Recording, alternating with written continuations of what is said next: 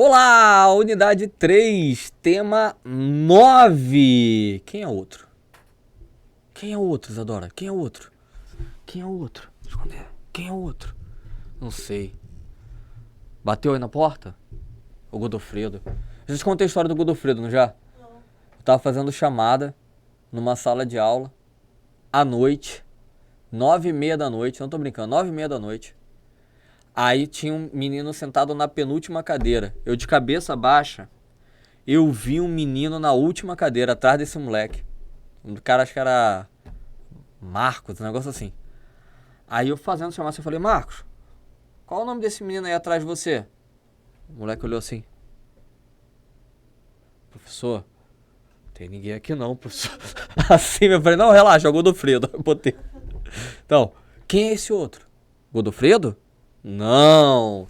Lembra que a gente estava falando de construção social, construção do indivíduo social, a representação social de um indivíduo. Aí eu falei pra vocês, eu acho aquele quadro acho que era do Degas, aquele quadro muito maneiro que bota uma mulher que tá passando, que eu falei que ela tava amassando coxinha. Então ela tava passando a roupa, na verdade, né? E a outra que tava segurando uma garrafa, bocejando. Aquele quadro, uma realidade. Aquelas mulheres, elas não têm nome, elas não precisam ter nome. Porque elas são, na verdade, a representação do estereótipo social. Daquela mulher que tem que trabalhar, daquela classe, daquele proletariado que estava começando, que tinha muita participação política. Perdão, econômica, mas não tinha participação política. Então aquele indivíduo que não era representado, aquele indivíduo marginalizado socialmente. Então elas duas representavam justamente esse grupo. E aí a gente falou também do Gaiato, né, do Baudelaire, né, a texto do Gaiato do Baudelaire, que mostrava ali, na verdade, aquele cara que agia para que a sociedade visse como ele estava agindo. E ele também representava um estado social. O burro representava um estado social. Então, assim, a gente viu essa construção do indivíduo como um todo, né? Agora a gente vai ver quem é esse outro. Quem é esse outro que apresenta, que aparece com a gente. Então, os objetivos aí do tema 9. Primeiro, problematizar a maneira como a imagem do estrangeiro é construída nas sociedades. A gente presencia um pouco disso, aí a gente vai trabalhar com o conceito de xenofobia um pouquinho, né? Pensar nas maneiras, a gente vivencia isso principalmente quando a gente veio do Nordeste, né? Então o nordestino que vem pro Sul, ele acaba recebendo uma alcunha pejorativa, né? Que faz referência a apenas um estado do Nordeste, que é a Paraíba. Então, assim, essa alcunha pejorativa já mostra como é difícil para um estrangeiro vir para o estrangeiro, né? Eu não tô... Obviamente, gente, obviamente, quem vem do Nordeste não é estrangeiro, não vem de outro país, mas ele é um emigrante, né? Ele emigra do Nordeste para imigrar no Sudeste. Então, assim, ele vem de lá para cá, né? Então, ele migra para cá, né? Pensar nas maneiras como lidamos com pessoas que pertencem a culturas diferentes das nossas, né? Então, o que a gente olha pro outro, como a gente olha pro outro, e há uma diferença, cara, sabe por quê? Porque quando você fala assim, poxa, fulano é alemão, fala, caraca, o maluco é alemão, fulano é boliviano. Tem uma diferença, um peso econômico, social na cultura. As pessoas olham de forma diferente, né? Isso é um problema. Desconstruir discursos xenófobos e preconceituosos. Então a gente vai debater aqui um pouquinho de homofobia, de xenofobia. A gente vai discutir a questão do preconceito. Nós vivenciamos muito isso no Brasil, né? A entrada dos imigrantes haitianos. Engraçado, eu dou aula em Itaguaí, né? Eu já falei que eu dou aula em Itaguaí. De vez em quando aparece alguém que veio do Haiti e muitas vezes são pessoas, a gente percebe a extrema dificuldade que eles têm, são pessoas que não falam nem o idioma, não falam o nosso idioma, eles não falam a língua portuguesa, então tem muita dificuldade para aprender primeiro o idioma para depois pensar em qualquer outra coisa. Então é muito difícil. Gente, sair de um país e ir para outro, né? Sair do seu país de origem e vir para outro é uma questão muito complexa, né? A gente está vivenciando um pouco disso com os sírios, né? O Brasil não é o principal local de imigração de sírios, é a Turquia, porque está ali próximo, né? A Turquia acolhe muitos refugiados sírios, né? E aí não é uma questão de imigração, sim, refugiados. O Brasil, ele tem a obrigação internacional de acolher refugiados, né? A ANATUR, né? Ela faz isso aqui. no Brasil, responsável por isso, na verdade, pela essa acolhida. Aliás, a operação do Exército Brasileiro, a Operação Acolhida, também trabalha muito com essa questão de acolhimento, de direcionamento de refugiados, tratamento, auxílio mesmo, né? O Brasil se colocando aí como uma nação para auxiliar as outras, ou auxiliar esses refugiados. Provocações. Então vamos lá, primeira coisa. Tem aí uma série de palavras estrangeiras. Open bar, show, software, welcome, food, timeline. E o delivery acertando o cara. E o cara tentando fugir. E a brincadeira que eu acho mais engraçada é que tá escrito push na porta. E ele tá pendurado na porta, dando a entender que ele tá de fato puxando. Só que em inglês, o push, no caso, seria para ele empurrar. Então é sensacional a brincadeira. Que ele está tentando fugir de várias palavras de outro idioma, tentando ali desesperadamente puxar o negócio e é para ele empurrar, porque também está em outro idioma. Acho sensacional. Tá vendo? O professor de língua portuguesa acha essas coisas engraçadíssimas. Eu acho muito maneiro. Entre as palavras mostradas na charge, quais você usa no seu dia a dia e que outras palavras estrangeiras você também utiliza? Então, assim, a gente usa muito show, né?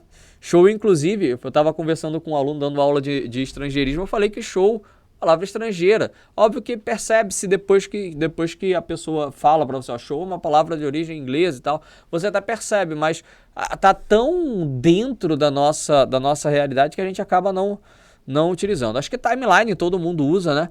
Ah, você viu lá o feed também, feed não tá aí, né? Feed notícias. Delivery, todo mundo usa delivery. Vamos pedir uma pizza delivery. Não, todo mundo pediu uma pizza, né? Pô, tem delivery na tua casa? Olha, iFood. Ih, não, desculpa, iFood não. Comida delivery. Esquece iFood, eu não falei iFood. Como você caracteriza o que é estrangeiro? Então, estrangeiro, aí a ideia é como você caracteriza, essa também é uma questão pessoal, né?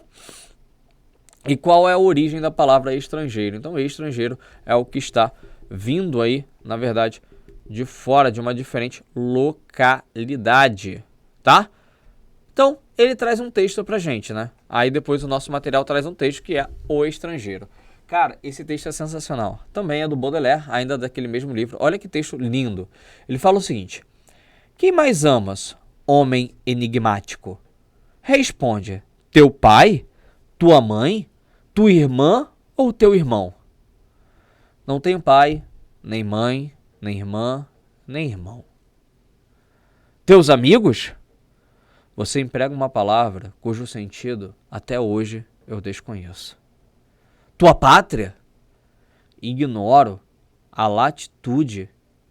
A que latitude está situada? A beleza? Eu gostaria de amá-la, deusa e imortal. O ouro? Odeio tanto quanto você a Deus. Ele odeia Deus. Que amas então, extraordinário estrangeiro, extraordinário extraordinário estrangeiro? Amo as nuvens que passam ao longe.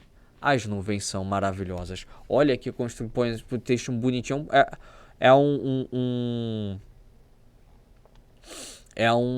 Ai, Jesus. Um poema em prosa, né? Acho interessante demais esse debate. A gente começar o texto falando dessa realidade do estrangeiro, dessa cultura nova, né, que é apresentada. Isso é na verdade, o que a gente acaba vivenciando. Então, quando ele traz o estrangeiro, que ele ama as nuvens, ele está querendo dizer justamente a ideia do que não é sólido, né? Gente, vir de um outro país para um país novo é você vir para uma cultura nova, é você vir para um lugar em que você não entende quais são as questões, é vir para um lugar que você não está ali muito bem situado nas coisas, então é absurdamente novo para qualquer indivíduo, beleza? Então,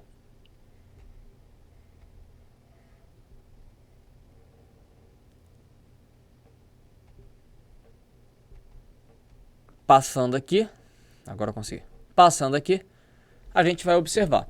No diálogo do poema, em prosa, o estrangeiro é um homem enigmático e solitário, que não demonstra apego à família, não tem amigos nem pátria, ignora a beleza, o ouro e Deus.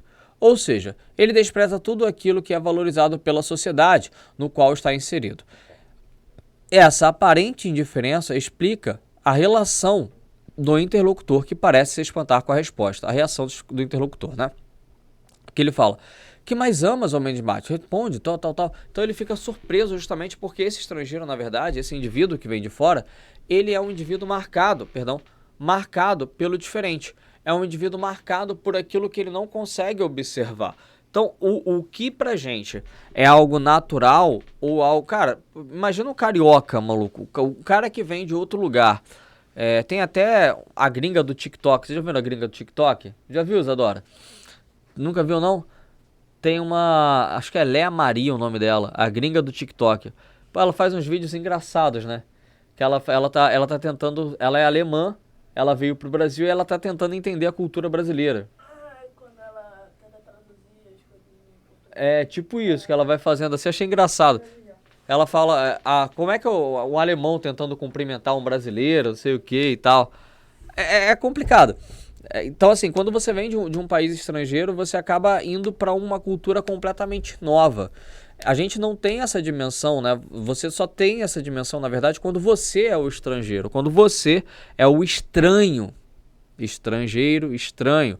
Quando você é esse que está fora, que está à parte daquela realidade. Você só entende isso quando você acaba se colocando nesse papel de novidade, de ser o novo, de ser enfim, de ser aquilo que está sendo proposto ou apresentado ali, tá?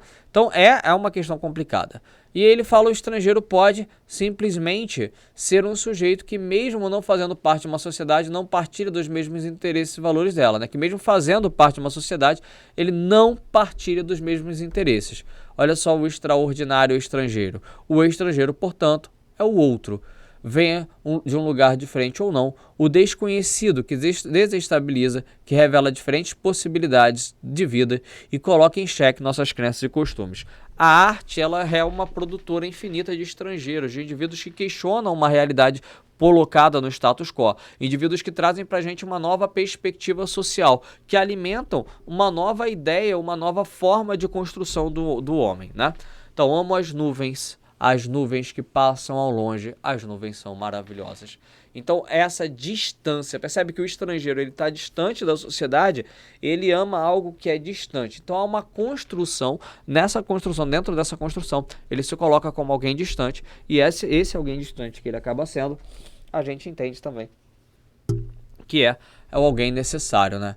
Então, aí, um quadro que eu achei muito interessante, né? Um quadro não, uma charge que eu achei muito interessante.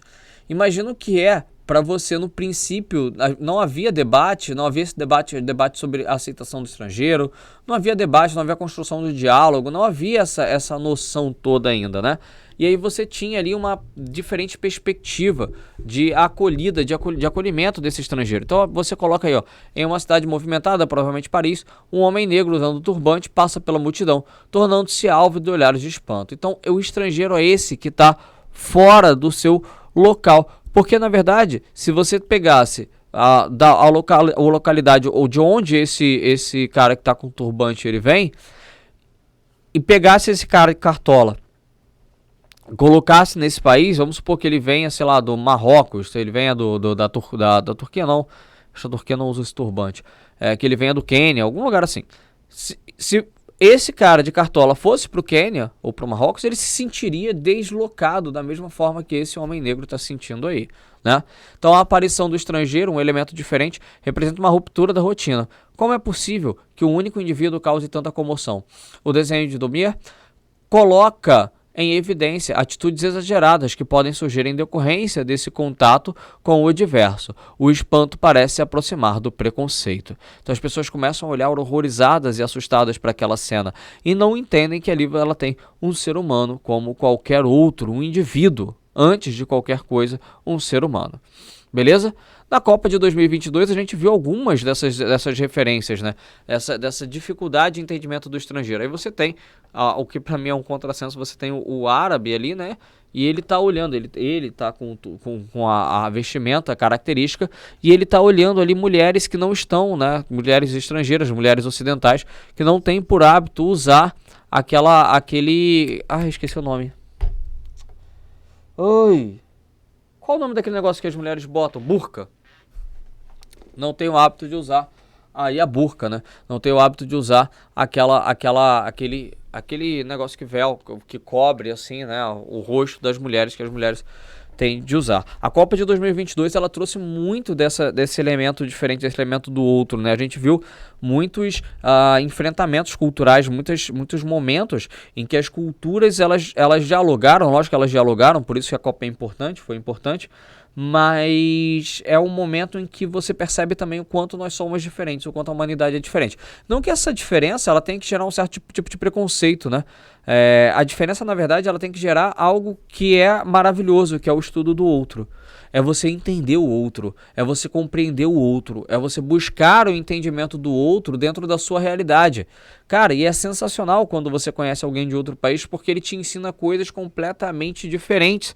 E você também pode ensinar coisas que para ele são diferentes. Então as culturas elas evoluíram de formas diferentes, então a gente tem essa possibilidade de dialogar, de construção do diálogo.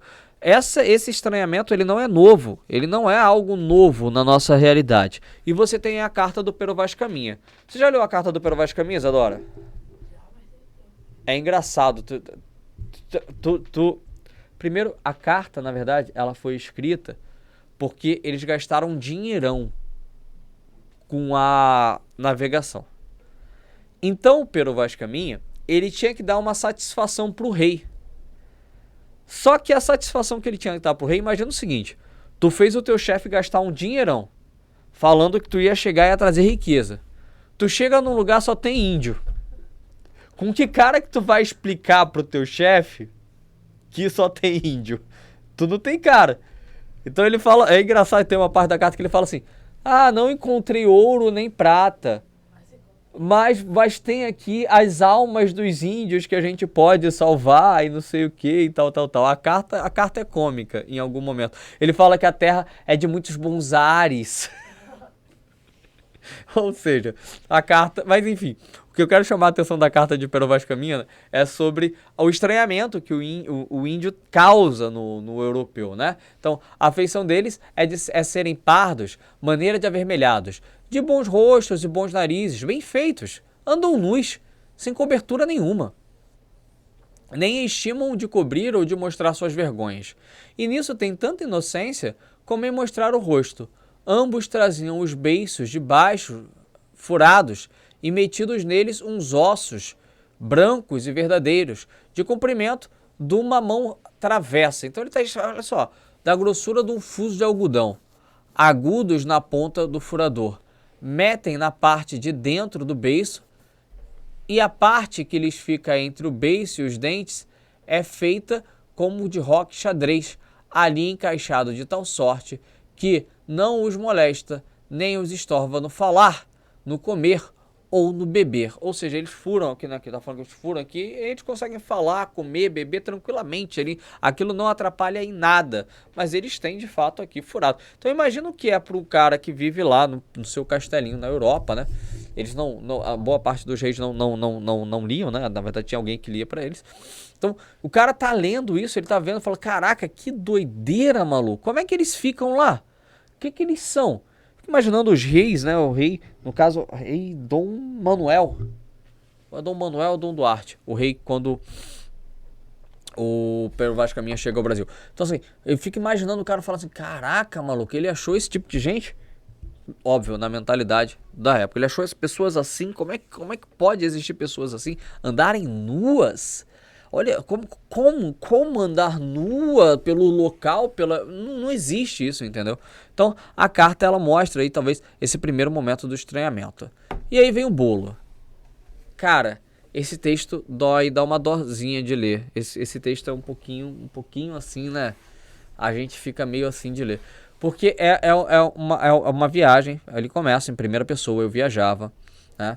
Deixa eu pegar aqui no material, porque da mesma forma que eu tenho que ler.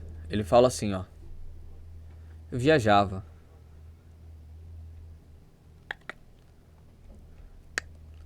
Pronto.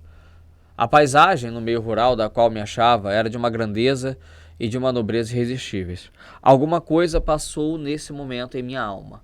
Os meus pensamentos vagavam com uma ligeireza igual à da atmosfera. As paixões vulgares, como o ódio e o amor profano, pareciam-me então distantes como as nuvens que desfilavam no fundo dos abismos sob os meus pés. Minha alma parecia-me vasta e pura, como a cúpula do céu que me cercava. Das coisas terrestres, só me chegava ao coração a lembrança diluída e apagada, como o ruído dos guizos do gado, quase imperceptível, que pastava ao longe, muito longe, na vertente da outra montanha. Sobre o pequeno lago imóvel, negro, em sua imensa profundeza, passava às vezes a sombra de uma nuvem, como o reflexo do manto de um gigante aéreo que voasse pelo céu. Lembro-me de que essa sensação solene e rara, provocada por um grande movimento perfeitamente silencioso, enchia-me de um misto de alegria e medo. Sentia-me em suma, graças à entusiasmadora beleza que me cercava, em perfeita paz comigo mesmo e com o universo. Cara, olha essa descrição inicial. O cara tá num lugar, tá parado assim, fala, pô, que maneiro. Aqui tá tudo tranquilo. Pá, aqui tranquilo, tranquilo, lá tranquilo, tranquilo, tudo tranquilo. Tô bem. Ainda bem que tem loja às 100. Não, desculpa. Ai, desculpa. Vem na minha cabeça. Eu tenho problemas com jingles. Eles vêm na minha cabeça sem que eu controle. Então eu tô bem. Tô tranquilo. Tô assim, em paz. Eu tô em perfeita harmonia com o universo e com a natureza ao meu redor. E agora você que está ouvindo a minha voz, está assistindo a minha aula, também está se tranquilizando, está se acalmando, está observando, está escutando até o cantar dos pássaros. Até que. Creio até que. Na minha perfeita beatitude, no meu total esquecimento de todo mal terrestre, eu chegar ao ponto de não achar mais tão ridículos os jornais que pretendem que o homem nasceu bom. Foi quando a matéria incurável, renovando as exigências, fez-me pensar em reparar o cansaço e aliviar o apetite causados por tão longa subida. Tirei do bolso um grande pedaço de pão, um copo de couro e um frasco de um certo elixir que os farmacêuticos à época vendiam aos excursionistas para que o misturassem com água da neve. Eu estava tranquilamente cortando meu pão, quando um leve ruído me fez erguer os olhos. Diante de mim estava um pequeno ser andrajoso, desgrenhado, cujos olhos fundos e ferozes, e como suplicantes, devoravam meu pedaço de pão. Ouvi-o suspirar então, com uma voz baixa e rouca, a palavra bolo. Não pude deixar de rir ao escutar o nome com que ele pretendia honrar meu pão quase branco, e cortei uma fatia que lhe ofereci. Então ele estava no mundo lá austero, romântico, arcade, né? Aqui tá mais pro arcadismo, bucólico e tal. Então todo assim tranquilo e tal, até que vem uma realidade acachapante do mundo. Tem uma criança pedindo comida. E aí não para. Ele se aproximou devagarinho, sem tirar os olhos do objeto da sua cobiça. Depois, apanhando a fatia com a mão, recuou de repente como se receasse que a minha oferta já não fosse sincera ou que eu já estivesse arrependido. No mesmo instante, porém, foi derrubado por outro pequeno selvagem, saído não sei de onde e tão perfeitamente semelhante ao primeiro que eu teria podido tomá-lo por um irmão gêmeo. Então observem que eles não têm diferenças. Eles não são indivíduos, eles são representantes sociais. Lembra disso? A gente falou. O primeiro, exasperado, puxou o segundo pelos cabelos. Este pegou a orelha com os dentes, cuspiu-lhe uma migalha sangrenta, soberba, e aí eles começam a brigar. O legítimo proprietário do bolo tentou cavar as unhinhas nos olhos do usurpador. Este, por sua vez, empregou toda a sua força para estrangular o adversário com uma das mãos, enquanto com a outra travava de meter o bolso do combate, mas, reanimado pelo desespero, o vencido endireitou-se e fez-se rolar por cima da terra com uma cabeçada no estômago para descrever a luta hedionda toda, que na verdade durou mais tempo do que pareciam permiti-lo aquelas dores infantis? O bolo viajava de mão em mão, mudava de bolso a cada instante, mas ai de mim, mudava também de volume. Quando por fim, exaustos, anelantes, ensanguentados, pararam ambos pela impossibilidade de continuar, já não havia, a dizer verdade, nenhum motivo de batalha. O pão desaparecera todo, fragmentado em migalhas, semelhantes aos grãos de areia com que se misturava. Então eles brigaram pelo pedaço de pão, de bolo, né? É pão que eles chamam de bolo, que as crianças viram, chamaram de bolo. Uma criança, na verdade.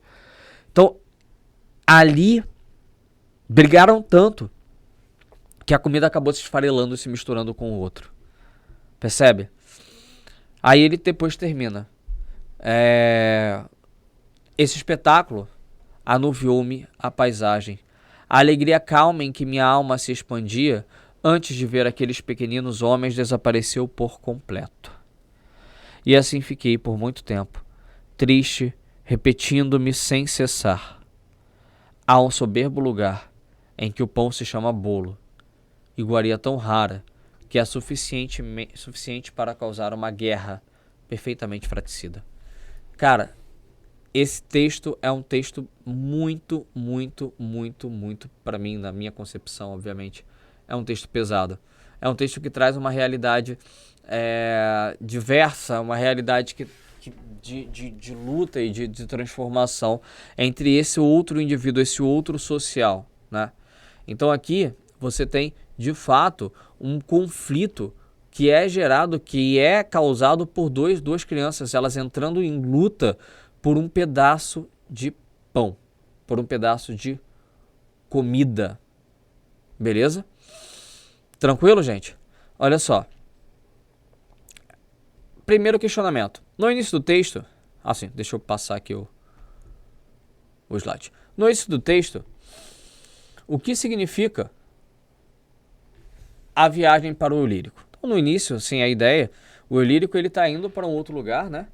Em que ele está se imergindo, ele está entrando ali num lugar bucólico, uma paisagem perfeita, ele está em paz, ele está completamente alheio das questões sociais, ele está fora de tudo, ele não está vendo nada, ele está tranquilão, tô numa boa, ele está tranquilo, está ali na dele, quieto. Esse é o primeiro momento. Quais diferenças podem ser notadas entre o eu lírico e as duas outras personagens, né, que brigam pelo pedaço de pão? Então, olha só, a diferença entre eles não é apenas física. Se você observar, não é apenas de lugar. Não, a diferença entre eles é uma diferença social.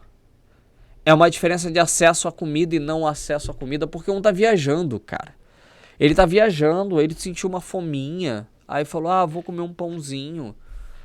As crianças não, as crianças, elas são crianças famintas. Elas estão muita fome, muita fome. E elas não têm ali outra possibilidade de comida. Em que momento o texto passa por uma mudança de sentido? A partir do segundo parágrafo, né? Quando você tem quando o menininho surge, pequenininho, pede um pedaço de pão. Ali é toda aquela imersão, né, bucólica, ela é jogada para segundo plano, em xeque. E o último, que ele fala o seguinte, né? O que a cena descrita em prosa diz acerca da sociedade, né? Da sociedade na qual o texto foi criado. A ideia é que você perceba que ele está trazendo uma sociedade desigual, uma sociedade que não trata as pessoas com a devida igualdade. E aí, na seção seguinte, ele traz uma imagem do antigo Rio de Janeiro que mostra justamente que você pode, na verdade, ser um estrangeiro na sua própria terra. Olha que doideira. Quando você pensa em localidades muito antigas, você acaba observando que o Rio de Janeiro, que aí a gente vai puxar para o Rio de Janeiro, pode ser visto como algo que é fora da nossa realidade. Por exemplo, aí o mercado da Praia do Peixe em 1890. Então a rua não era pavimentada, os prédios aí não tinham essas ideias. Então, o nosso material pede, com a orientação do professor, pesquise imagens antigas da sociedade ou do seu estado. Pode ser fotografias, pinturas, esculturas e tal. Eu pesquisei aqui algumas imagens para a gente trazer. Primeiro aqui, a primeira imagem que eu trouxe para vocês é aí do Largo da Carioca. Conhece a Carioca? Você já foi a Carioca? Conhece, né, Isadora, Carioca? Ali é a estação do metrô Largo da Carioca. Ali o mosteiro, né? Se não me engano, é o mosteiro de São Bento. Ou é São Sebastião, agora não esqueci o nome do mosteiro. Ali o mosteiro ao fundo, e você vê que hoje, ali onde é uma estação de metrô, na verdade era tipo uma casa, tá vendo? Uma casa mais antiga. Havia no Largo da Carioca, de fato, uma habitação que hoje não tem mais. Aí eu coloquei aqui também, ó, essa aqui é a Rua do Rosário, em 1910 e nos dias atuais. Você vê que o todo acaba não mudando muito, a calçada é basicamente a mesma. Olha só que doideira. E o prédio é o mesmo. Você vê que a portinha ali é a mesma, a igreja também não muda. E ali agora só mudou a loja, né? Antigamente era uma loja SI, só o que dá pra ver. Ali é da imagem de 1910 e virou agora uma Borelli, se não me engano. Perceba? Trouxe aí uma imagem que é assustadora. É a Igreja da Penha. Você vê ali que a Igreja da Penha, quando ela foi construída, ela era isolada, tipo, não tinha nada ao redor. E com o passar do tempo ali você vê, cresceu, na verdade, o Complexo do Alemão, né? Algumas comunidades do Rio de Janeiro que cresceram, muito, não foi? Muito. Cresceram ao redor ali da Igreja da Penha. Você vê ali a diferença, olha só. Antes você tinha um descampado enorme ali ao redor da Igreja da Penha, agora você tem uma enorme comunidade, é uma das maiores comunidades no Rio de Janeiro, Complexo do Alemão. Beleza? E aí, o imigrante, para a gente encerrar o nosso debate, encerrar a nossa discussão aqui, você tem a noção do imigrante sendo apresentado. Ele coloca aí, né? Você deve saber, né? Querida jovem, deixa eu só explicar o que é. Essa aí é cidadã de segunda classe, é uma nigeriana que ela vai morar na Inglaterra. Quando ela vai morar na Inglaterra, ela acaba sendo colocada justamente como essa ideia de ser um indivíduo de segunda classe. Uma mulher de segunda classe. Olha como a construção ela é pesada, ela é propositalmente pesada, né? É difícil você observar isso. Você deve saber, querida jovem, lady, que em Lagos você pode ser 1 milhão de vezes agente de publicidade. Você pode ser 1 milhão de vezes agente de publicidade. Para os americanos, pode estar ganhando 1 milhão de libras por dia, pode ter centenas de empregadas, pode estar vivendo como uma pessoa de elite, mas no dia em que você chega à Inglaterra, vira cidadã de segunda classe, de modo que você não pode discriminar seu próprio povo, porque todos nós somos cidadãos de segunda classe, todos nós somos de segunda classe.